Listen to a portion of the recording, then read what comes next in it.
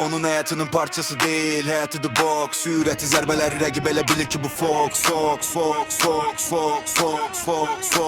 Jim Nazar'ın arkada king, Novruzlu Amin onun evidir ring. 12 yaşında karşısına koyup hedefi zirveleri fəth etməkdir onun məqsədi. Ona halaldır alın təri çəkdiyi zəhməti. Var üzündə izdihamı güclü tabəti. Allahu Ekber deyər və girər inger gibi zərbələrlə sıxışdırar küncə. Atadan ekran ona özəldir sound. Başlayır birinci round, bakav oynaqdan. Gütlər kokot vurur rəqib yerdə knockout. Zərbələri sanki tank mərmiləri. Yumruğu seri rəqibi oturdu geri. Zirvədə yeri o box king Harry. Huklar sağ sol rəqibin şansı yox. Zərbələrindən ayılmır halı yox. Burun qırı göz görmür sanki qaşı yox. Başı dik uzaq zirvə aparan yol. Döyüşdən sonra vəziyyət zor. Axtarsan onu Dağıstanda soy. Çempion Azərin arkada king, Novruzlu Amin Box king. Çempion Azərin arkada king, Novruzlu Amin Box king. Çempion Azərin arkada king, Novruzlu Amin Box king. Çempion Azərin arkada king, Novruzlu Amin Box king. Uşaqlıqdan köməksiz çəkib əziyyəti. Ola bilər ki yoxdur varı dövləti. İslam dini onun təriqəti. İmanıdır güclü edən onun sərvəti. Dinamo Spartak zalı onun məşqi çox. Hər gün səhər iş, axşam üstü boks. Üzərində çox çalışır yorulmaq yox. Yenilməzdir bir dəfəlik beyninə sox. Rəqibə rekor sanki gözlərində qan. Qızıldır onun ringdəki hər dəqiqə qan. Rəqibləri qorxar, qarşısında duran olmaz. Allah'tan başqa heç kimdən qorxmaz. Hər döyüşün sonu qolu göyə qalxar. Diş çöküb dua edər, sona qalxar. Qızıl medal boynunu daxar.